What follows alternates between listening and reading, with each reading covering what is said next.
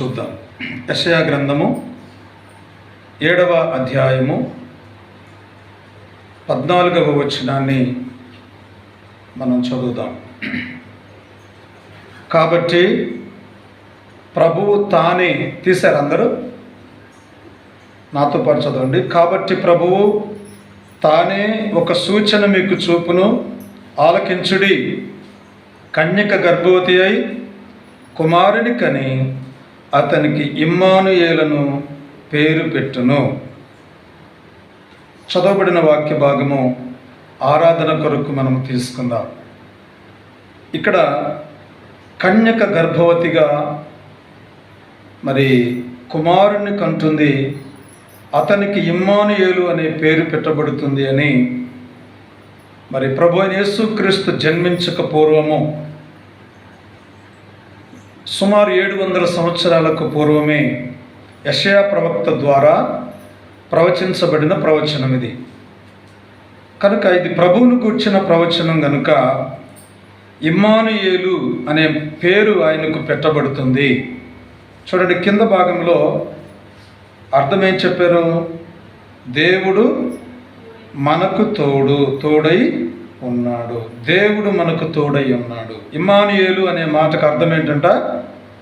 దేవుడు మనకు తోడై ఉన్నాడు. గాడ్ ఈజ్ విత్ మీ, లేకపోతే అస్, మనతో పాటు ఉన్నాడు. గాడ్ ఈజ్ విత్ అస్, దేవుడు మనతో ఉన్నాడు అని అర్థం. కనుక ఈ ప్రవచనము మత్తయి సువార్త 1:21లో నెరవేర్చడం మనం చూస్తున్నాం. మత్తయి సువార్త 1:21,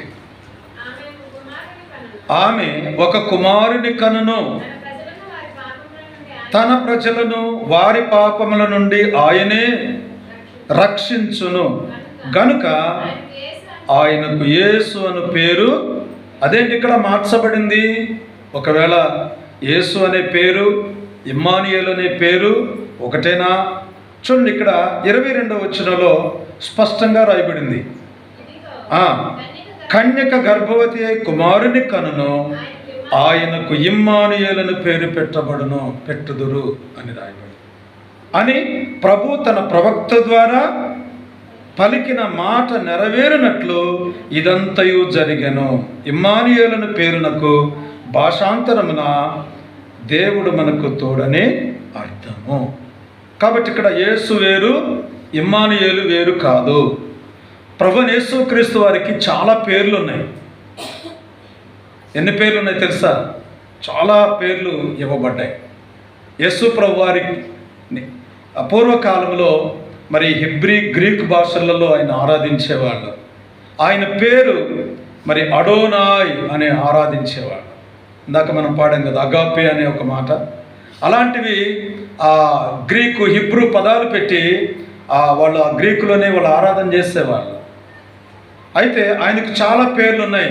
సర్వశక్తిమంతుడు అదొక పేరు, సర్వాంతర్యామి అదొక పేరు, సర్వాధికారి అదొక పేరు. అర్థమైందా? తండ్రి, ఇక్కడ వ్రాయబడింది తండ్రి.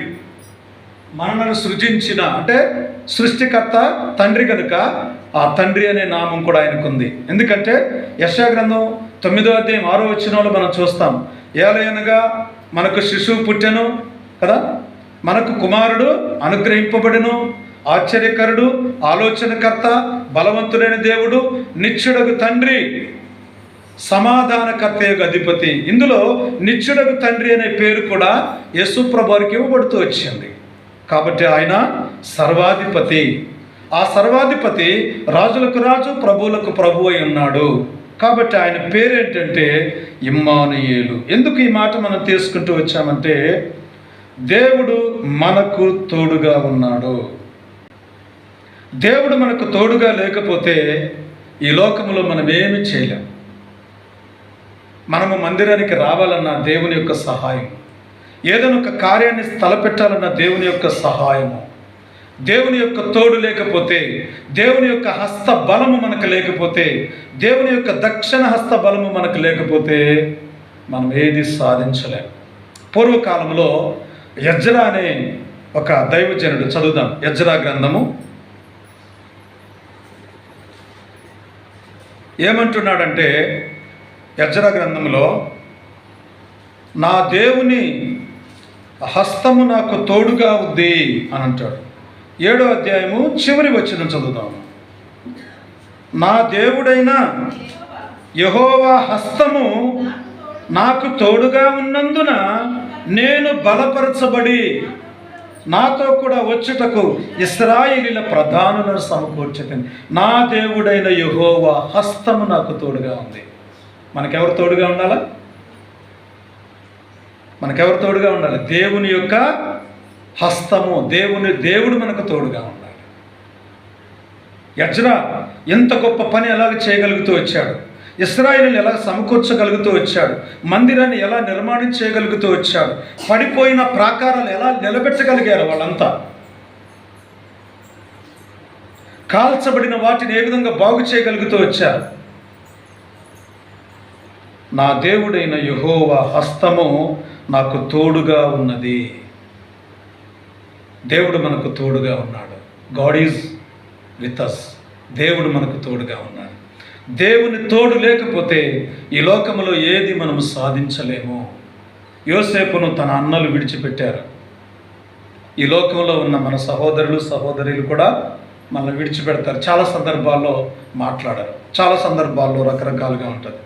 అటువంటి పరిస్థితుల్లో యోసేపును దేవుడు విడిచిపెట్టాడా? చదువుదామా ఆదికాండము. యోసేపుకు దేవుడు తోడుగా ఉంటూ వచ్చాడు. ఆదికాండము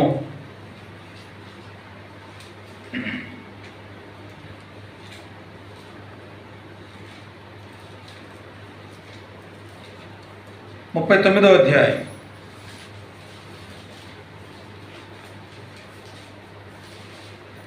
ముందుగా 37వ అధ్యాయం చూద్దాం.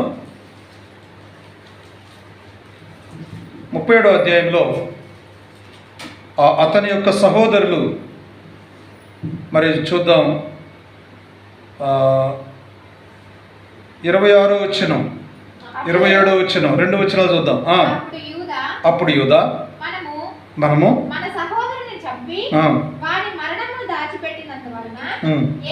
ఏమి ప్రయోజనము, ఈ ఇష్మాయేలులకు వారిని వాడు మన సహోదరుడు, మన రక్త సంబంధి కదా, వానికి హాని ఏమీ చేయరాదని తన సహోదరులతో చెప్పెను.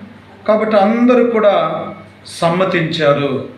అతను నమ్మడానికి వారు సమ్మతించారు.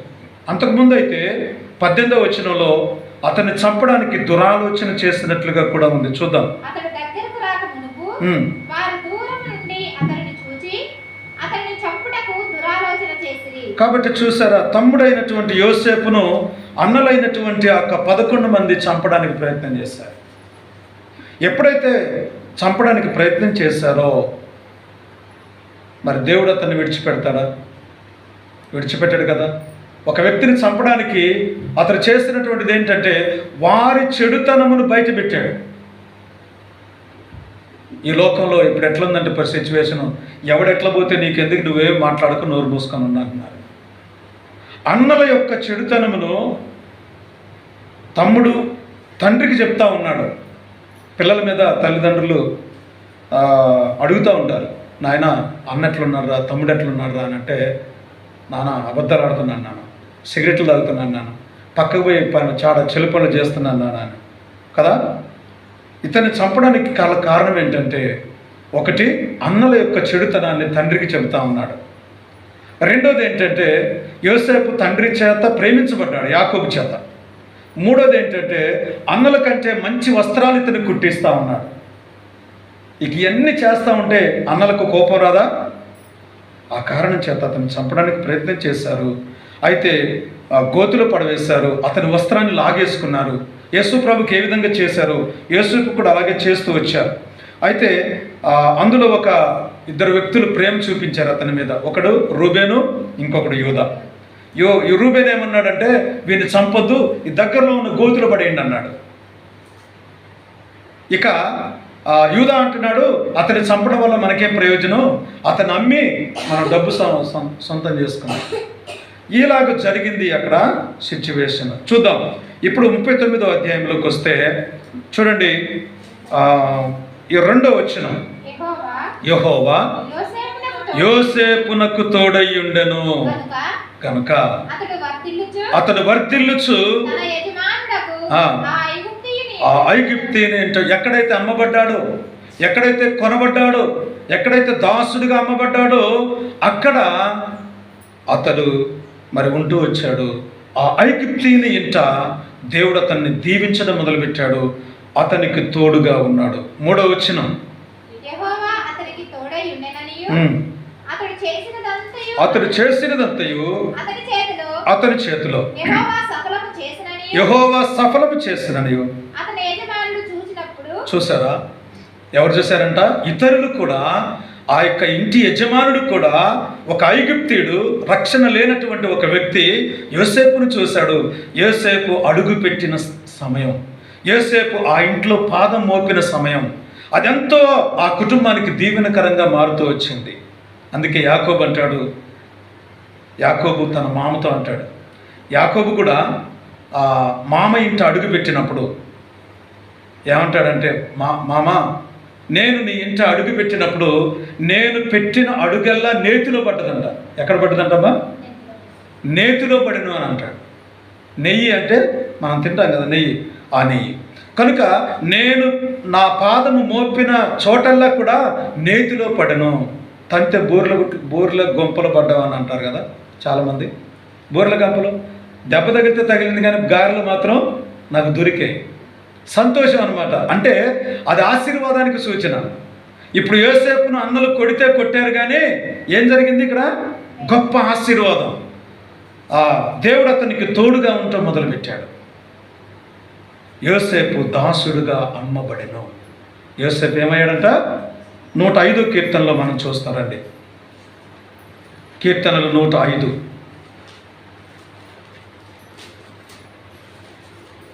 పదిహేడో వచనం,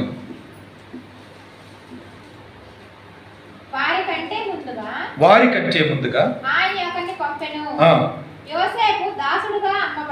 చూసారా, ఇక్కడ ప్రవచనానికి కూడా, ఇక్కడ జరిగిన సిచ్యువేషన్ కూడా దావీదు తన కీర్తనలో రాస్తున్నాడు. వారి కంటే ముందుగా ఆయన ఒకరిని పంపెను. యోసేపు దాసుడుగా అమ్మబడెను. లేవియాకాండము 25వ అధ్యాయము 55వ వచనం. యోసేపును దాసుడిగా అమ్ముకున్న కారణము చేత 25:55 ఏలయనగా ఇశ్రాయేలీయులు నాకే దాసులు, నేను ఐగుప్తులో నుండి రప్పించిన నా దాసులే. ఎవరంట వీళ్ళు? మీరంతా దాసులు అని అంటున్నాడు. ఒక్క తమ్ముడిని అమ్ముకున్న కారణంగా వీళ్ళందరూ పోయి ఎక్కడ దాసులైపోయారు? ఐగుప్తుకు దాసులైపోయారు. ఫరోకు అతని సేవకులందరికీ దాసులైపోయారు. సుమారు అక్కడే స్టాండర్డ్గా 400 సంవత్సరాలు ఉంటూ వచ్చారు. దేవుడు మనకు తోడుగా ఉంటాడు. యోసేపుకు తోడుగా ఉన్నాడు. ఎవరికి తోడుగా ఉన్నాడు చెప్పండి? యోసేపుకు తోడుగా ఉన్నాడు. ఇప్పుడు యాకోబు గురించి చూద్దాం. యాకోబుకి ఏ విధంగా తోడుగా ఉన్నాడు? ఆదికాండం 28వ అధ్యాయం. ఆదికాండం 28వ అధ్యాయం.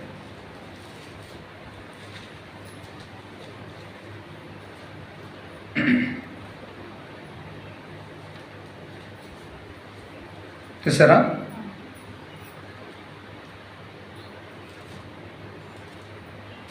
ఎన్నో వచ్చిన అంటే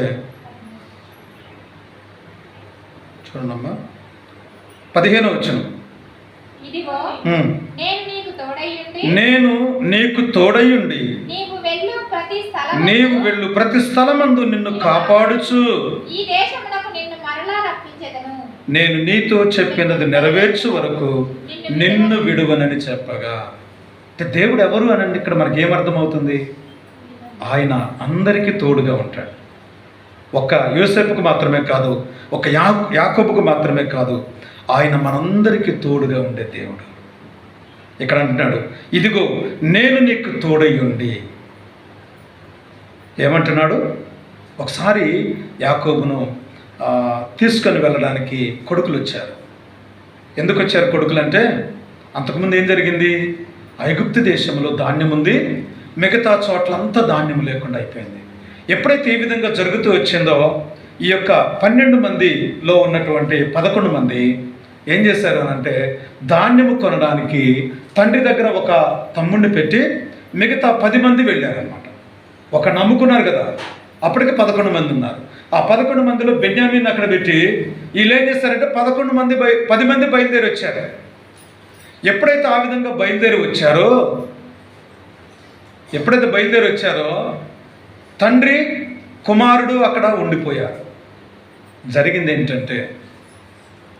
జరిగిన విషయం ఏంటంటే తండ్రిని కూడా తీసుకొని రండి, అప్పుడే మీకు ధాన్యం ఇస్తానని యోసేపు చెప్పాడు. ఎందుకంటే అప్పుడు యోసేపు ఆ దేశానికి ప్రధానిగా ఉన్నాడు. అప్పుడు యోసేపు ఆ యొక్క ఐగుప్తు దేశమంతటికి ప్రధానిగా ఉన్నాడు. ఆ కారణం చేత అన్నలు వచ్చినప్పుడు వాళ్ళతో ఒకే మాట చెప్పాడు, మీరు వెళ్ళి మీ తండ్రిని తీసుకురండి అని చెప్పాడు. చెబితే వాళ్ళు వచ్చి ఏం చేశారంటే యాకోబుని అడిగారు, తండ్రి ఆ ప్రధానమంత్రి మిమ్మల్ని రమ్మంటున్నాడు, మిమ్మల్ని చూస్తాడంట, మీ తండ్రిని మాకు చూపించమని చెప్పాడనంటే యాకోబు సందేహపడి అనుమానిస్తాడు. నేను ఐగుప్తుకి వెళ్ళడమా? దేవుడు నాకు ఏ వాగ్దానం ఇవ్వలేదే, దేవుడు వెళ్ళమని నాకు చెప్పలేదే, కాబట్టి నేను వెళ్ళి ఐగుప్తు దేశంలో ఎలా ఉండగలను? కేవలం మీరు ధాన్యం మాత్రమే కొనుక్కొని అని చెప్తున్నాడు, కానీ నన్ను కూడా వెళ్ళమని చెప్పి దేవుడు నాతో చెప్పలేదని చెప్పి చూడండి 46వ అధ్యాయం. ఇప్పుడు దేవుడు అతనితో మాట్లాడుతూ ఉన్నాడు. ఏమని మాట్లాడుతున్నాడు? 46వ అధ్యాయం 2వ వచనం. అప్పుడు రాత్రి దర్శనములందు దేవుడు యాకోబు యాకోబు అని ఇశ్రాయేలును పిలిచెను. ఏమని పిలిచాడంట? యాకోబు యాకోబు అని ఇశ్రాయేలుని పిలిచాడు. ఎందుకంటే అతని పేరు మార్చబడింది ఇశ్రాయేలుగా, కాబట్టి యాకోబు యాకోబు అని పిలుస్తా ఉన్నాడు. బైబిల్లో 2 సార్లు పిలిచిన వాళ్ళు ఎంతమంది ఉన్నారు? సుమారు 4-5 ఉన్నారు. 2 సార్లు పిలిచిన వాళ్ళు అంటే ఇలా యాకోబు యాకోబు అని పిలవడం.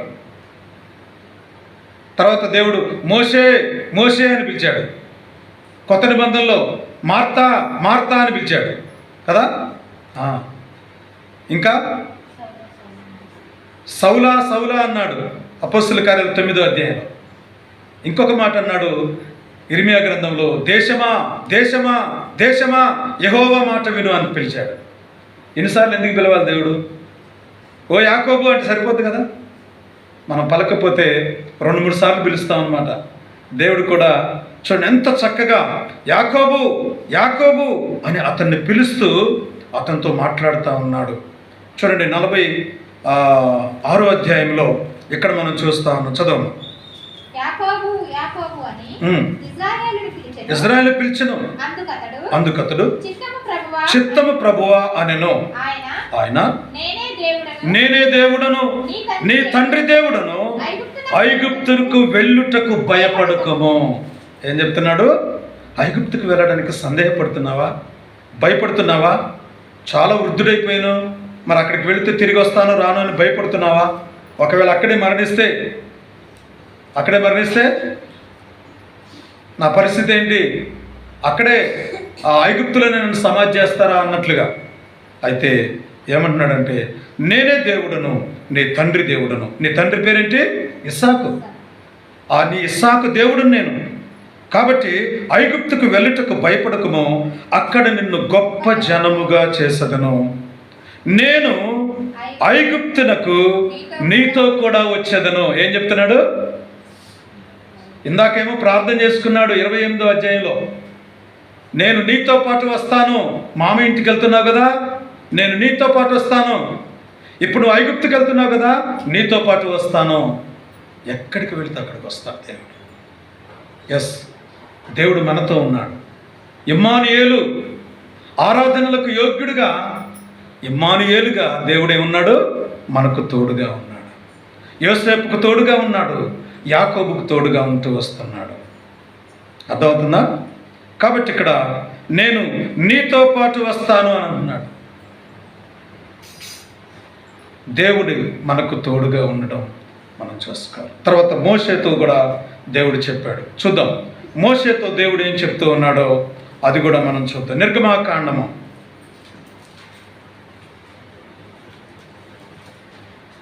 3వ అధ్యాయం. నిర్గమాకాండము 3వ అధ్యాయము 4వ వచనం. దానిని చూచుటకు అతడు ఆ తట్టు వచ్చుట యెహోవా చూచెను. దేవుడు ఆ బండ నడుమ నుండి మోషే మోషే మోషే మోషే అని అతనిని పిలిచెను. ఏమని పిలిచాడంట? కాబట్టి మోషే మోషే అని పిలిచాడు. అయితే ఏం చెప్తున్నాడు ఇక్కడ? అయితే చాలా ఇదంతా మనకు అవసరం లేదు. నేను నీతో పాటు అక్కడికి వస్తాను, నీతో పాటు నేను అక్కడికి వస్తాను. 4వ అధ్యాయము 12వ వచనం. 4:12. కాబట్టి వెళ్ళుము, నేను నీ నోటికి తోడై ఉండి నీవు ఏమి పలుకవలసినది నీకు బోధించదనని అతనితో చెప్పాను. చూసారా ఏం చెప్తున్నాడు? నీకు మాత్రమే కాదు, నీ నోటికి కూడా తోడుగా ఉంటా. చాలామంది నోటికి కీప్ సైలెన్స్ అని పెట్టుకోవాలి. మనం ఏం పెట్టుకోవాలా? పిల్లలకైతే చెప్తాం నోరు మూసుకో, కానీ మనం మాత్రం అనేక సందర్భాల్లో నోరు తెరుస్తూ ఉంటాం. అది చాలా చెడ్డ పద్ధతి. వాక్యం ఏం చెప్తుందంటే నేను నీకు మాత్రమే కాదు నీ నోటికి తోడుగా ఉంటాను. చూద్దాం 4వ అధ్యాయం చివరి వచనం చదువుదాం.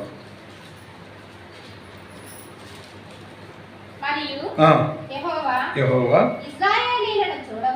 చూడవచ్చి చూడండి, ఇక్కడ ఇశ్రాయేలు చూడడానికి వచ్చాడు అని అంటే వాళ్ళు ఎక్కడున్నారు? చెరలో ఉన్నారు. ఐగుప్తు చెరసాలలో ఉన్నారు. వాళ్ళు బరువులు మోస్తున్నారు, ఇటుకలు తయారు చేస్తున్నారు, పట్టణాలు కడుతున్నారు. వెట్టి చాకిరి, వెట్టి పనులు అంటే ఏంటో తెలుసా?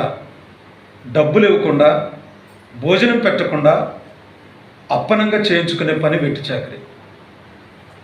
చాలామంది అంటారు నీకు వెట్టి చాకిరి చేశానని. మనం చేసేది వెట్టి చాకిరి కాదు. మనం భోజనం చేస్తున్నాం, నీళ్లు తాగుతున్నాం, స్నానం చేస్తున్నాం, అన్ని పనులు చేస్తున్నాం. అది వెట్టి చాకిరి కాదు. ఏ విధమైనటువంటి డబ్బు రుసుము ఇవ్వకుండా పని చేయించుకోవడం వెట్టి చాకిరి. ఇక్కడ వారు కఠినమైన బాధ వాళ్ళు అనుభవిస్తూ వచ్చారు. 2 పట్టణాలు కట్టారు.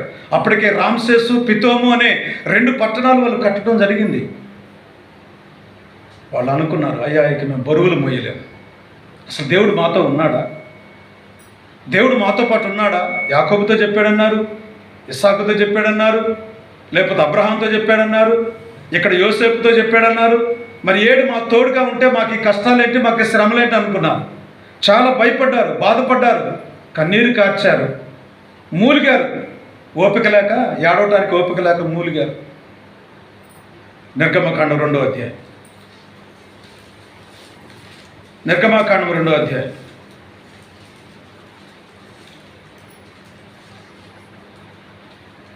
23వ వచనం. అలాగున అనేక దినములు జరిగిన మీదట ఐగుప్తు రాజు చనిపోయిన ఇజ్రాయేలును తాము చేయుచున్న వెట్టి పనులను బట్టి నిట్టూర్పులు విడుచుచు మొరపెట్టుచుండగా తమ వెట్టి పనులను బట్టి వారు పెట్టిన మొర దేవుని యొద్దకు చేరెను. కాగా అబ్రహాము, ఇస్సాకు, యాకోబులతో తాను చేసిన నిబంధనను జ్ఞాపకము చేసుకొనెను. ఇది ఈరోజు మనం తీసుకోవాల్సిన అంశం. అబ్రహాము, ఇస్సాకు, యాకోబులకు ఆయన చేసిన ప్రమాణమును జ్ఞాపకము చేసుకుంటూ ఉన్నాడు. 105 కీర్తనలో చూద్దారండి. లింక్ ఉంటుంది అనమాట, ప్రతిదానికి గుర్తుపెట్టుకోండి. 105 కీర్తన 8వ వచనం. తాను సెలవిచ్చిన మాటను 1000 తరముల వరకు అబ్రహాముతో తాను చేసిన నిబంధనను, ఇస్సాకుతో తాను చేసిన ప్రమాణమును నిత్యము ఆయన జ్ఞాపకము చేసుకొనును. వారి సంఖ్య కొద్దిగా ఉండగను. ఆ కొద్ది మంది ఆ దేశమందు పరదేశులై ఉండగను. కొలవబడిన స్వాస్థ్యముగా కనాను దేశమును మీకు ఇచ్చిదనని నేను సెలవిచ్చెను. ఆ మాట యాకోబుకు కట్టడగాను ఇశ్రాయేలునకు నిత్య నిబంధనగాను స్థిరపరిచి ఉన్నాడు. గుర్తు చేసుకున్నాడు. ఒక్కసారిగా అబ్రహాముతో చేసిన నిబంధన జ్ఞాపకం చేసుకున్నాడు. వారి బాండేజ్, వారికి కట్టినటువంటి బంధకాలను జ్ఞాపకం చేసుకుంటూ వస్తున్నాడు. అవి మామూలు బంధకాలు కాదు, ఐరన్ బాండేజ్ అనమాట. ఇనుప కట్ల చేత బంధించబడ్డారు. 107వ కీర్తనలో చూడండి. వాళ్ళకు కట్టిన కట్లంట ఇనుప కట్లంట, అంటే సంఖ్యలు. 14వ వచనం, వారి కట్లను తెంపివేసి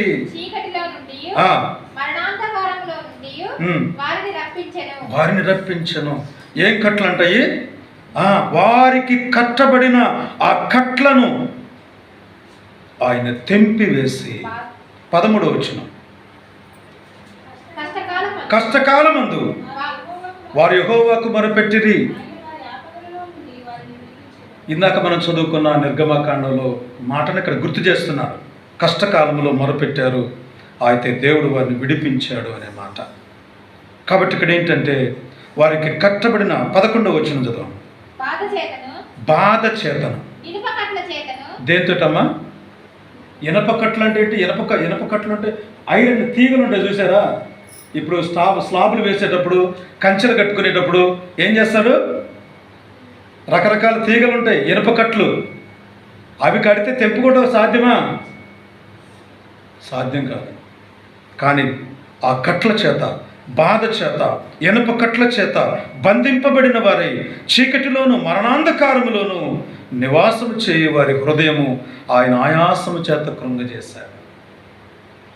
అయితే ఇనుప కట్ల చేత బంధించబడిన వారిని దేవుడు విడిపించాలని కోరుకుంటున్నాడు. వారు మోస్తున్న బరువుల నుంచి విడిపించాలని కోరుకుంటున్నాడు. అయితే దేవుడు ఎక్కడో ఉండి చెప్పడంలో ఈ మాట, తాను దిగి వచ్చాడంట. ఇశ్రాయేలీలను చూడడానికి వచ్చాడు గొప్ప దేవుడు. నువ్వు కష్టంలో ఉంటే నీతో పాటు ఆయన వస్తాడు. ఆయన హస్తం నీకు తోడుగా ఉంటుంది. నిర్గమకాండం 3వ అధ్యాయంలో ఇశ్రాయేలీలను చూడవచ్చి అనే మాట చదవాల. 3వ అధ్యాయము 7వ వచనం. నేను ఐగుప్తులోనున్న నా ప్రజల బాధను నిశ్చయముగా చూచితిని. పనులలో తమను కష్టపెట్టు వారిని బట్టి వారు పెట్టిన మొర వింటిని. వారి దుఃఖములు నాకు తెలిసే ఉన్నవి. ఏంటంట? వారి దుఃఖములు నాకు తెలిసే ఉన్నవి. దుఃఖాలు తెలుసుకున్న దేవుడు, కన్నీరు తెలుసుకున్న దేవుడు బాధను కనిపెట్టాడు. ఏం చేశాడు చెప్పండి? ఎవరైనా ఏడుస్తున్నారంటే మనం వెళ్తాం ఆ ఛాయలోకి? ఎందుకు వెళ్ళాం తెలుసా? దేవుడు చెప్పాడు, ఏడ్చేవారితో ఏడవండి. ఎవరితో అంట? ఏడ్చేవారితో ఏడవండి. ఎందుకు ఏడవాలి మనం వెళ్ళి అనంటే, ఆ బాధను మనం కూడా పాల్పంచుకోవాలి. చూడండి, ఏదైనా ప్రమాదం జరిగినప్పుడు, లేకపోతే ఎవరైనా ఏడుస్తూ ఉన్నప్పుడు మనం ఏం చేస్తామంటే ఆ ఛాయలకు పోవటానికి ఇష్టపడం. అర్థమైందా? ఎవరైనా చచ్చిపోయి శవం కనుక మనకి ఎదురొచ్చిందంటే గబుక్కున ఆ ఇంట్లో పక్కింట్లో దూరతాం కదా. ఎందుకని? భయం. అవునా కదా? శవం ఎదురెత్తే నీకేమన్నా ప్రమాదమా? ఏ ప్రమాదం లేదు. చాలామంది చనిపోవడం బాధ అనుకుంటారు.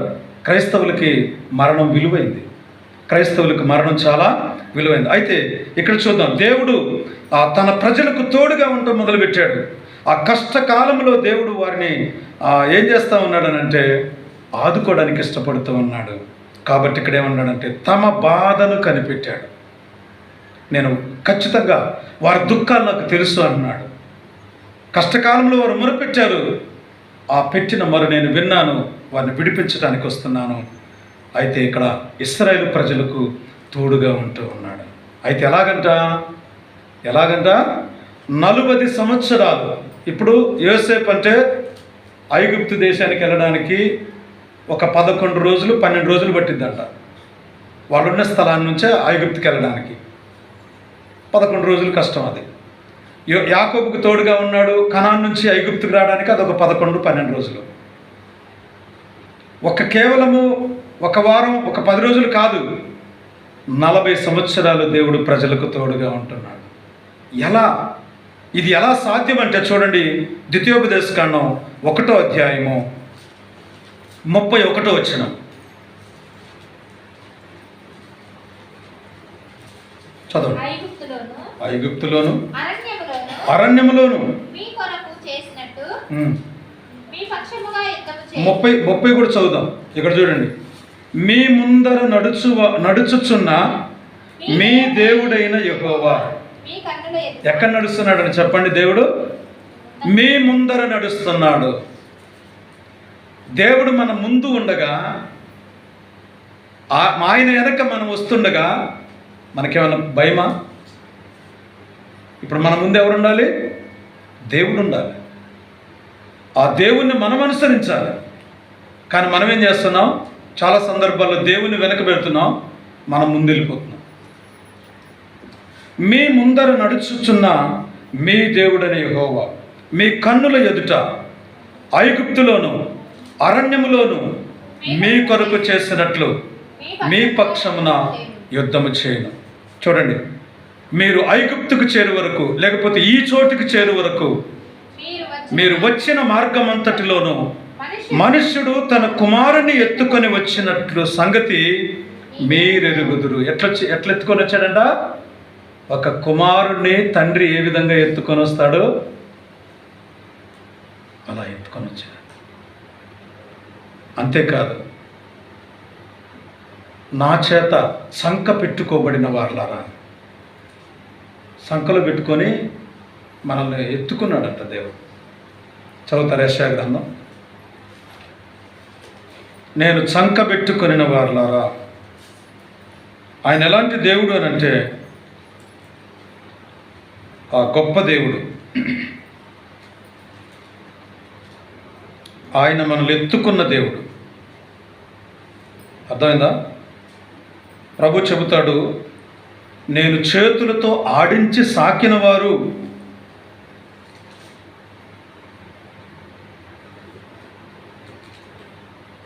యాభై 54వ అధ్యాయంలో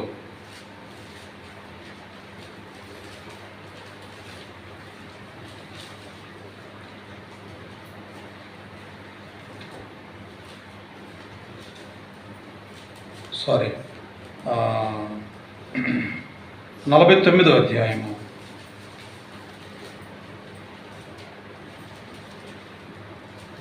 15వ వచనం. స్త్రీ తన గర్భమున పుట్టిన బిడ్డను కరుణింపకుండా తన చంటి పిల్లను మర్చున వారైనా మరచుదురు గాని నేను నిన్ను మరువను. చూడుము, నా అరచేతుల మీదనే నిన్ను చెక్కి ఉన్నాను. ఎక్కడ చెక్కాడంట? అరచేతిలో చెక్కాడంట. విలాప వాక్యములు 2వ అధ్యాయంలో ఒక్క మాట చదువుతాం. 22వ వచనం. జనులు వచ్చినట్లుగా నలుదిశల నుండి నువ్వు నా మీదికి భయోత్పాతములు రప్పించి ఉన్నావు. యెహోవా ఉగ్రత దినమును ఎవడు తప్పించుకోలేకపోయాను, శేషమేమీ నిలవకపోయాను. నేను చేతులతో ఆడించి సాకిన వారిని. చాలమ్మా, ఇక్కడ ఎవరంట? వాళ్ళు చేతులతో ఆడించాడంట. అరచేతులు చెక్కుకున్నాడు, భుజాన పెట్టి మోస్తున్నాడు. ఇందాక కుమారుని ఎత్తుకొని వచ్చినట్లుగా అరచేతులు చెక్కుకున్నాడు, కుమారుని ఎత్తుకొని వచ్చినట్లు మోస్తున్నాడు, చేతులతో ఆడిస్తున్నాడంట ఆయన. ఎక్కడ చెప్పండి దేవుడు మనల్ని విడిచిపెట్టింది? కాబట్టి దేవుడు ఇమ్మానుయేలు అనే మాటకు అర్థం ఏంటి? దేవుడు మనకు తోడని అర్థము. అక్కడ యాకోబుకు తోడుగా ఉన్నాడు, అబ్రహాముకు తోడుగా ఉన్నాడు, ఇస్సాకుకు తోడుగా ఉన్నాడు, యోసేపుకు తోడుగా ఉన్నాడు, ఇప్పుడు మోషేకు తోడుగా ఉన్నాడు. ఈరోజు నీకు నాకు ఆయన తోడుగా ఉంటూ వచ్చాడు. కాబట్టి దేవుని పిల్లలమైన మనము మోషేకు ఏ విధంగా తోడుగా ఉన్నాడు ఒకసారి చూద్దాం. 11వ అధ్యాయము 12వ వచనం నిర్గమాకాండం. మోషేకు తోడుగా ఉంటూ వచ్చాడు. నిర్గమాకాండం 11-12 వచ్చిన 11వ అధ్యాయము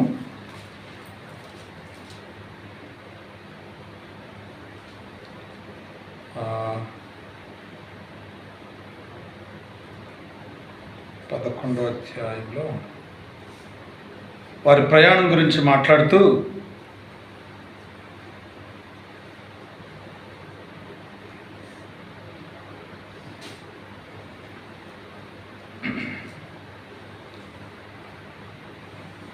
మూడో అధ్యాయం అనుకుంటాము. 3:11-12 వచ్చిన కలిసి ఉంటాయి చూడండి. మూడో అధ్యాయం అదే నేను ఫరో యొద్దకు వెళ్ళుటకు ఇశ్రాయేలును ఐగుప్తులో నుండి తోడుకొని పోవుటకును ఎంతటి వాడనని ఆయన నిశ్చయముగా నేను నీకు తోడై ఉండును, నేను నిన్ను పంపితననుటకు ఇది. కాబట్టి నిశ్చయముగా నేను నీకు తోడుగా ఉంటానంటే అర్థం ఏంటి? ఇక్కడ నిశ్చయముగా అనే మాట ఇక్కడ రాశాను చూసారా? నిశ్చయముగా అంటే ఖచ్చితంగా, షూర్, ఖచ్చితంగా నేను నీకు తోడుగా ఉంటాను. నిశ్చయముగా యెహోవా ఈ స్థలమందు ఉన్నాడు అని అంటే అర్థం ఏంటి? ఆయనకు అర్థమైపోయింది.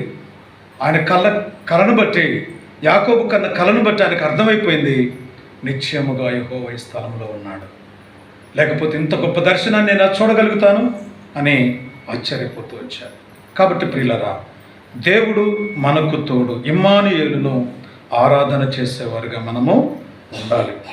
కాబట్టి ప్రవక్తలు చెప్పిన రీతిగా ఇమ్మానుయేలుగా ప్రభువైన యేసుక్రీస్తు మనకు తోడుగా ఉంటూ వచ్చాడు. ఆనాడు ఆ శిష్యులకు కూడా తోడుగా ఉంటూ వచ్చాడు. మార్కు సువార్త చివరి అధ్యాయము చివరి వచనం 16 చివరి వచనం, బహుశా 24 అనుకుంటా.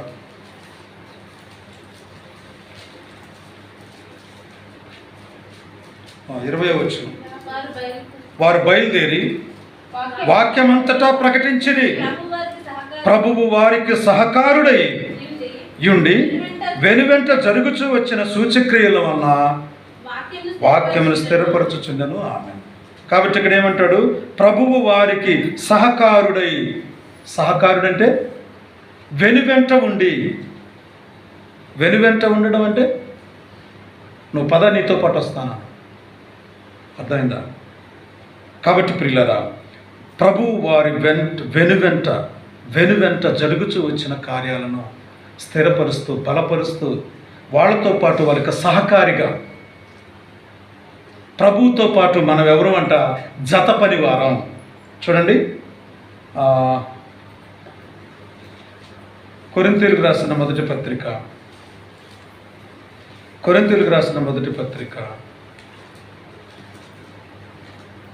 2వ అధ్యాయము 3వ అధ్యాయము 9. మేము దేవుని జత పనివారమై ఉన్నాము. ఎవరంట? దేవుని జత పనివారం. మనం దేవుని కలుపుకుండా నేను నా భర్తే ఉన్నాం, నేను నా పిల్లలే ఉన్నాం, నేను మా భార్య ఉన్నాం అనుకోబాకండి. దేవుడు మనతో పాటు ఉన్నాడు. ఈజ్ విత్ మనతో పాటు ఆయన ఉండేటట్లుగా మనం చూసుకోవాలి. మేము దేవుని జత పనివారమై ఉన్నాము. దేవుని జత పనివారం, మనందరం దేవుని జత పనివారం. కాబట్టి మనందరం కలిసి ఏం చేయాలంట? దేవుడు మనకి అప్పగించిన వ్యవసాయాన్ని చేయాలి. అర్థమైందా? వ్యవసాయాన్ని చేయాలి. వ్యవసాయం అంటే విత్తనాలు చల్లాలి, చేను దున్నాలి, విత్తనాలు చల్లాలి, దాన్ని సంరక్షించాలి, తర్వాత పంట కోయాలి. ఇది వ్యవసాయం.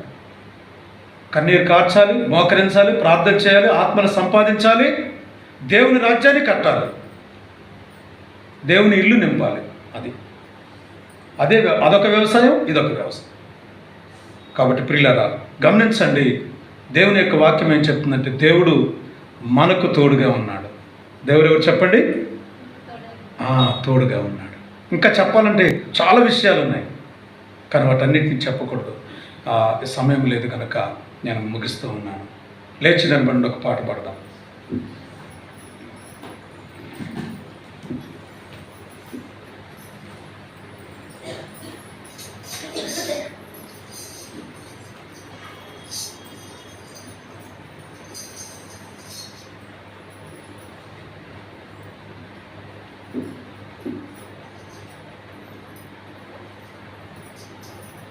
దేవుడు మనకు తోడుగా ఉన్నాడని పాట పాడదాం.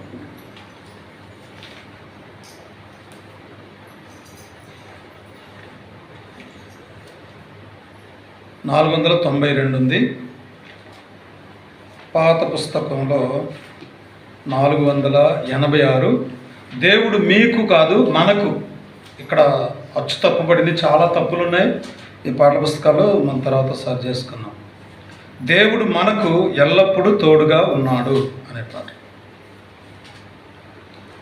దేవుడు మనకు ఎల్లప్పుడూ తోడుగనున్నాడు. దేవుడు మనకు ఎల్లప్పుడూ తోడుగనున్నాడు.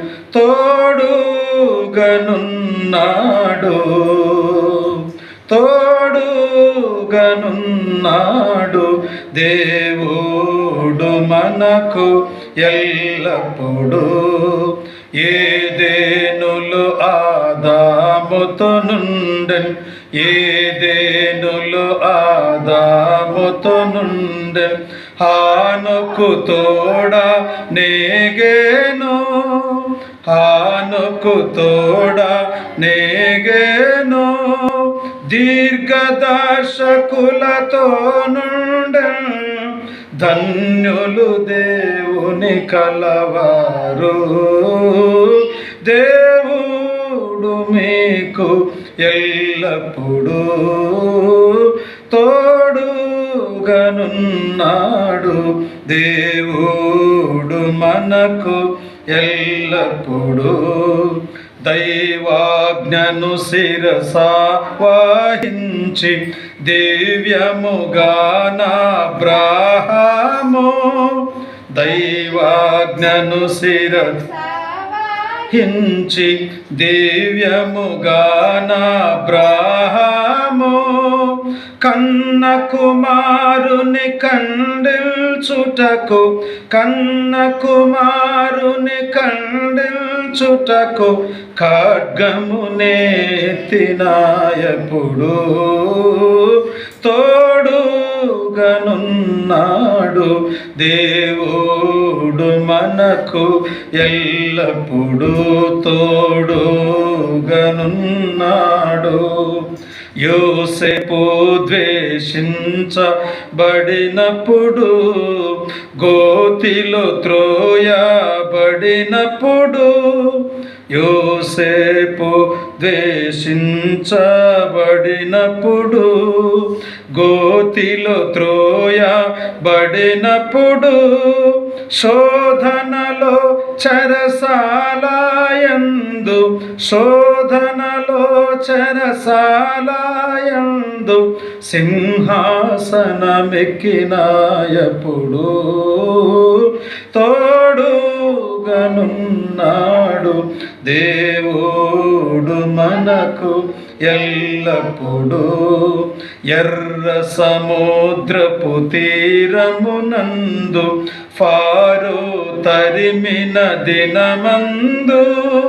ఎర్ర సముద్రపు తీరమునందు ఫారో తరిమిన దినమందు.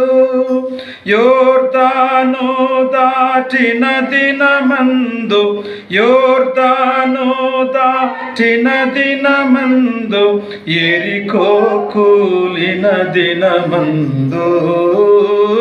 తోడుగనున్నాడు. దేవుడు మనకు. దావీదు సింహమునెదిరించి ధైర్యానా చీల్చినయప్పుడు. దావీదు సింహమునెదిరించి ధైర్యాన చీల్చినయప్పుడు, గొల్యాతును హతమార్చినప్పుడు, గొల్యాతును హతమార్చినప్పుడు, సౌలు చేతరమాబడినప్పుడు తోడుగనున్నాడు దేవుడు మనకు ఎల్లప్పుడూ తోడుగనున్నాడు. సింహపు గుహలో దానియేలు, శద్రకు మేషాకబేద్నెగో, సింహపు గుహలో దానియేలు, శద్రకు మేషాకబేద్నెగో, అగ్నిగుండములో వేయబడెను, అగ్నిగుండములో వేయబడెను, నలుగురుగా కనబడినప్పుడు తోడుగనున్నాడు దేవుడు మనకు ఎల్లప్పుడూ తోడుగనున్నాడు. పౌలు బంధించబడినప్పుడు, పేతురు చెరలో నున్నప్పుడు, పౌలు బంధించబడి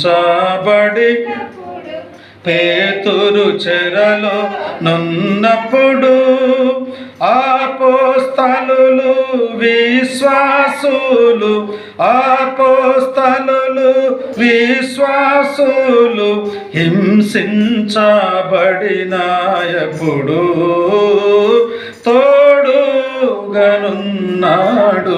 దేవుడు మనకు ఎల్లప్పుడూ తోడుగనున్నాడు. 7 సందర్భాలు ఇందులో రాయబడ్డాయి. మరి ఇన్ని సందర్భాల్లో దేవుడు వాళ్ళకు తోడుగా ఉన్నాడు. ఈరోజు మనకు కూడా దేవుడు తోడుగా ఉన్నాడు. కాబట్టి మనకు తోడుగా ఉన్న దేవుణ్ణి మనం ఆరాధన చేద్దాం. మోకరించండి, ప్రార్థన చేస్తాం. ప్రేమ కలిగిన తండ్రి, ఈ సమయంలో నిన్ను ఆరాధించుట కొరకై నీవు మాకు తోడుగా ఉన్న దేవుడు అని యోసేపుకు అన్నలు హింసించినప్పుడు, చెరసాలకు వెళ్ళినప్పుడు, ఐగుప్తీని ఇంట ఉన్నప్పుడు, అమ్మినప్పుడు, ప్రభా సింహాసనం ఎక్కినప్పుడు కూడా తోడుగా ఉన్నా. అతన్ని ఎప్పుడు కూడా విడిచిపెట్టలేదు. ఇశ్రాయేలీయులు 400 సంవత్సరాలు బానిసత్వంలో ఉన్నప్పుడు వారిని విడిచిపెట్టక వారికి తోడుగా ఉన్నాం. యాకోబు ఐగుప్తుకు వెళ్ళడానికి నేను నీకు తోడుగా వస్తానని చెప్పినావు. నువ్వు వెళ్ళే ప్రతి చోటికి నీతో నిశ్చయముగా నీకు తోడుగా ఉంటానని చెప్పిన దేవుడు గనుక మీకు వందనాలు చెల్లిస్తూ